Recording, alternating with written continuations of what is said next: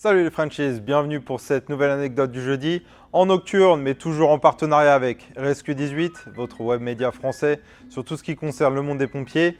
Allez cliquer sur le lien dans la description, vous y trouverez des articles intéressants, des vidéos, de l'international. Mais aujourd'hui on est là pour l'anecdote, alors hop c'est parti.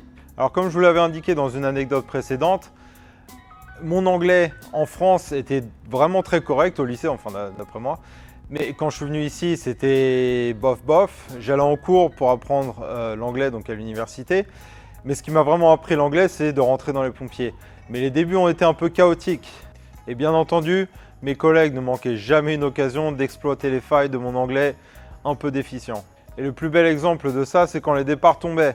Alors ici, souvent, c'est une sonnerie qui retentit dans la caserne, une voix ensuite qui vient à la radio qui nous indique la nature du départ, le lieu, l'adresse, l'heure, les engins au dispatch. Et mes collègues, aimant bien farcer de temps en temps, se faisaient un malin plaisir de voir que je ne comprenais pas toujours ce qui se disait dans la radio pour la nature du départ. Et bien souvent, ils adoraient me jouer des tours, ils faisaient semblant de s'équiper à fond comme si on partait pour un gros feu, alors qu'en fait on partait pour un mal de tête ou quelqu'un qui s'était tapé l'orteil contre une table. Et moi j'arrivais bien sûr en tenue complète, prêt à en découdre avec un feu, alors qu'en fait c'était un départ de nature médicale. Alors leur délire a duré pendant un petit moment jusqu'à temps que j'arrive enfin à comprendre de quoi il s'agissait. Et bien sûr pour m'aider, ce que je faisais, c'est que je prenais une radio à chaque fois qu'on avait un départ. J'essayais vraiment de prêter attention à ce que disait la voix, j'essayais d'écouter vraiment toutes les conversations. Et c'est comme ça, petit à petit, au fur et à mesure, que j'ai réussi à comprendre ce qui se disait à la radio. Et maintenant, il n'y a quasiment plus de problème. Le seul problème, c'est parfois c'est complètement couvert, on ne comprend rien du tout, mais même les locaux, si je peux les appeler ainsi, ne comprennent pas forcément ce qui se dit à la radio dans ce cas-là. Mais bien sûr, tout ça a été fait dans un esprit bon enfant. J'ai étant le français, le seul français vraiment du coin et très souvent le seul français que les gens avaient rencontré dans leur vie. J'étais devenu un genre de mascotte à Cloverleaf, qui est un quartier vraiment très ghetto. J'aime pas qualifier les endroits comme ça, mais c'est vraiment très ghetto. Et c'était surprenant de voir, pour la plupart des gens, un petit français qui arrivait dans Cloverleaf et il me demandait tout le temps: mais qu'est-ce que tu fais là? Pourquoi tu es parti de Paris? Ils avaient cette idée de Paris, c'est la ville de l'amour, la capitale de la lumière et tout. Et qu'est-ce que tu fous à Cloverleaf, quoi?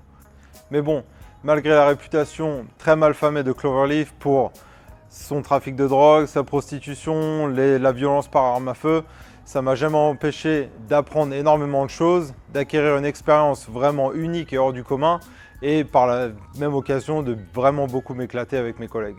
Ces mêmes collègues qui d'ailleurs parfois adoraient me faire remarquer que quand on me parlait, ils me disaient que mon visage restait vraiment sans expression, comme si je ne comprenais pas, et parfois c'était vraiment le cas, je ne comprenais absolument rien du tout à ce qui se passait. Parce qu'il ne faut pas oublier une chose, c'est que comme souvent on me demande: mais comment tu as été pompier aux États-Unis? La première étape, c'est vraiment d'avoir une base minimum en anglais. Si c'est un jour un rêve qui vous dit, il faut quand même parler un minimum d'anglais, parce que n'oubliez pas que chaque minute de chaque journée passée dans les casernes, c'est à 100% en anglais. Il n'y a pas de français, personne ne s'adaptera à vous ici. Alors voilà, c'est tout pour aujourd'hui, une toute petite anecdote en cette période de fête de fin d'année. Bien entendu, mes collègues se joignent à moi pour vous souhaiter à vous, vos familles, vos collègues, vos SDIS, et à tous les Joseph qui nous regardent, un excellent Noël et de très joyeuses fêtes de fin d'année. Si vous n'êtes pas encore abonné à ma chaîne, je vous encourage vivement à le faire, parce que prochainement va arriver une vidéo qui devrait intéresser pas mal d'entre vous. Et cette vidéo, attention, je vais vous montrer vite fait en extrait, ça portera sur ma tenue. J'en montre pas trop, mais abonnez-vous, mettez un pouce en l'air, likez la vidéo, partagez avec tous vos collègues, vraiment tous les collègues des SDIS. Je vous encourage vivement à vous abonner à la chaîne, à mettre des pouces en l'air, à partager avec tout le monde autour de vous. Encore une fois, très bonne fête de fin d'année et à bientôt. Allez, ciao!